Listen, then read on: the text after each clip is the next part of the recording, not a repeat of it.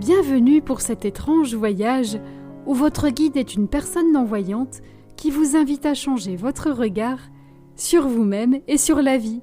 Comme promis, me voilà de retour avec la seconde partie de cet épisode qui a pour titre « Ce n'est pas ce que tu crois ». Mais j'en étais où déjà ? Ah oui, dans la première partie, je vous avais dit que nous avons des croyances sur nous, sur les autres et sur la vie. Sans que nous en ayons conscience, ces croyances vont agir comme des programmes qui vont façonner notre représentation du monde. On parle de croyances limitantes ou de programmes inconscients. Pendant une série d'ateliers organisés par ma grande sœur, j'ai réalisé que j'avais très envie d'apprendre à chanter, mais que des croyances m'en empêchaient. J'avais réussi à en démasquer une qui disait « Tu ne peux pas prendre des cours de chant parce que tu n'as pas de talent ». Cette croyance, j'avais réussi à la dépasser. J'avais trouvé un coach vocal et j'avais bien progressé. Mais une fois rentrée chez moi, une autre croyance m'empêchait de chanter et c'est là-dessus que je vous avais quitté. Alors, je vous laisse imaginer ma consternation. Avec ma coach, je progresse et une fois rentrée chez moi, c'est le retour à la case départ. Au bout d'un moment, j'ai décidé d'avoir une sérieuse conversation avec moi-même. Je me suis donc demandé pourquoi ça bloque ? Pourquoi je n'arrive pas à chanter ? Parce que j'ai peur. Peur de quoi ? Peur qu'on m'entende. Pourquoi t'as peur d'être entendu ? Parce que je vais faire trop de bruit, ça va gêner les gens autour et ça va faire des histoires. Ah, la voilà ma croyance, mon programme inconscient. Je ne peux pas faire trop de bruit parce que je vais déranger les gens autour et je vais avoir des problèmes. Autrement dit, je vais créer des conflits. À ce moment-là, j'ai compris. Je peux aller voir tous les coachs qui existent au monde. Mais si je ne dépasse pas cette peur, je ne chanterai jamais. Bon, c'est super d'avoir compris ça. Mais je fais quoi maintenant ? Maintenant, je vais travailler sur cette croyance. Je commence en me posant une première question.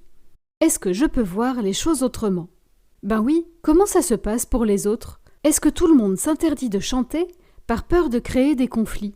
Alors j'ai observé ce qui se passait autour de moi, les gens qui sifflotent ou qui fredonnent en marchant dans la rue, le voisin qui joue de la batterie. Pour une fois, j'ai même fait appel à mon mental. Dis donc, toi qui as une bonne mémoire, tu n'as pas des souvenirs de voisins qui chantaient ? Alors ça, j'ai pas trouvé. Ce qui est venu, c'est le souvenir d'un voisin qui jouait du trombone. Alors, est-ce qu'il y a eu des conflits avec les voisins qui jouent de la musique ? Pas à ma connaissance en tout cas. En fait, ces voisins, ils n'abusaient pas, ils jouaient à des heures raisonnables, pas à 3 heures du matin, et puis ils ne jouaient pas trop longtemps. Et même quand ça dérangeait, ça ne s'est pas forcément terminé en dispute, on peut demander d'arrêter, avec bienveillance, sans se fâcher. Et puis un soir, j'ai entendu des voisins qui recevaient des invités dans le jardin. Ils riaient, ils parlaient fort. Je me suis dit, dis donc, ils en font du bruit. Mais alors, si eux peuvent se le permettre, pourquoi moi, je n'aurais pas le droit d'en faire ? Un tout petit peu. Ah, je sens que ça bouge. Mais je ne passe pas encore à l'action. Alors, je me pose une deuxième question. Quel est le bénéfice de cette croyance ? Alors là, vous vous dites peut-être, elle raconte n'importe quoi, elle. Nos croyances limitantes nous empêchent d'avancer et il faudrait leur trouver des bénéfices en plus ? Ben oui, parce que les humains ne sont pas fous. Si une croyance limitante ne nous apportait rien, on ne s'y accrocherait pas. Mais en fait, nos croyances limitantes, nos programmes inconscients, ils ne sont pas là par hasard. Leur but, c'est de nous maintenir en vie. Il faut savoir que de notre naissance jusqu'à l'âge de 7 ans à peu près, notre priorité, en tant qu'enfant, c'est d'apprendre à survivre dans ce drôle de monde. Mais il y a beaucoup trop de choses à retenir. Alors, on emmagasine plein d'informations dans notre inconscient. L'inconscient, c'est comme un grand disque dur. Le problème, c'est que l'enfant ne sait pas faire la différence entre les bonnes informations et les mauvaises. Donc si un jour quelqu'un vous a dit « Tais-toi, tu me casses les oreilles », pour l'enfant que vous étiez, c'est la vérité absolue. Je ne peux pas chanter parce que je vais casser les oreilles des gens. Et parfois, c'est encore vrai pour l'adulte que vous êtes aujourd'hui. Quand un programme inconscient persiste, malgré nos efforts, c'est qu'il veut nous protéger d'une souffrance. Certains programmes se créent suite à des expériences douloureuses vécues pendant l'enfance. Il ne faut surtout pas revivre ça. Parfois, les croyances nous viennent de notre famille. Vous avez pu entendre des récits, des histoires qui vous ont mis en garde. Par exemple, si on vous a souvent raconté l'histoire d'un grand-oncle qui a fait faillite, vous avez peut-être créé un programme du genre « Créer son entreprise, c'est dangereux ». Dans ce cas, la croyance vous protège d'un danger potentiel qui pourrait arriver. Alors évidemment, l'idée c'est pas de demander des comptes à nos proches pour toutes nos croyances limitantes. L'idée c'est de comprendre que derrière chaque croyance, il y a une peur. Peur de se tromper, peur de manquer d'argent par exemple. Peur d'être rejeté par ceux qu'on aime. Bon, alors, le bénéfice de ma croyance, ça serait quoi? En fait, cette croyance, elle m'empêche de m'exposer et elle me protège de la honte. Je suis très sensible à la honte. Oui, vous savez, quand on est enfant, les moqueries dans la cour de récréation, ça laisse des traces. Ce programme inconscient, il me protège des remarques comme « Tu chantes comme une casserole »,« Tais-toi, il va pleuvoir ». Alors vous allez me dire « Oh, mais c'est pas si grave, et c'était il y a longtemps en plus ». Oui, mais quand on est enfant, on est particulièrement vulnérable. On n'a pas les ressources pour gérer les difficultés de la vie.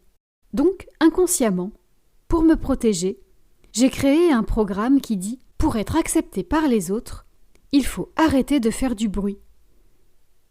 Il faut être discrète. » Oui, mais tout est différent maintenant. Je suis adulte, je comprends mieux la vie, les relations avec les autres.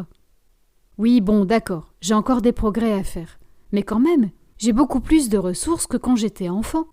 Maintenant qu'on a compris tout ça, on va pouvoir se reprogrammer. Alors, comment on fait? Moi, je vais vous proposer quelques pistes, mais sachez qu'il existe plein d'autres solutions. On peut utiliser des affirmations positives. Je suis capable, j'ai le droit. On peut discuter avec nos proches pour avoir un autre point de vue. On peut se laisser inspirer par les autres, trouver des modèles. Les modèles, ça peut être des personnes de votre entourage ou des personnes célèbres, votre chanteur préféré par exemple, mais ça peut être aussi des personnages de livres ou de films. Vous savez, ces héros qui ont plein de blocages et qui arrivent à les dépasser. Là vraiment, ce qui compte, c'est d'élargir votre champ des possibles. Et puis surtout, on va devoir passer à l'action. Oh là là, j'aime pas ça. Rien que d'y penser, ça me donne des boutons. Non, mais en fait, passer à l'action, ça ne veut pas dire se jeter dans le grand bain comme ça sans y être préparé. On peut y aller tout doucement, à son rythme, mais y aller quand même. Tenez, par exemple, quand vous envoyez un email pour demander des renseignements, vous ne vous mettez pas vraiment en danger. Pourtant, vous passez à l'action quand même. Dans mon cas, je n'ai pas le choix, je vais devoir commencer à chanter. Mais je ne vais pas chanter de l'opéra comme ça du jour au lendemain, non. Non, d'abord, je vais chanter tout doucement. Et au fur et à mesure, je vais élargir ma zone de confort. Le but, c'est de montrer à la petite fille, à l'intérieur de moi, qu'il n'y a pas de danger, qu'elle est en sécurité. Changer un programme inconscient, ça peut être rapide, mais parfois, ça demande du temps et de la patience. En tout cas, même si vous avez du mal à les identifier, c'est important de savoir qu'ils existent. Pour améliorer vos relations avec les autres, réaliser vos rêves, parce que quand vous comprenez que vos blocages, c'est juste des croyances, des programmes, et que vous pouvez les transformer, les modifier, alors tout devient possible. Et ça, c'est extraordinaire. Si vous pouviez faire disparaître vos croyances d'un coup de baguette magique, à quoi ressemblerait votre vie?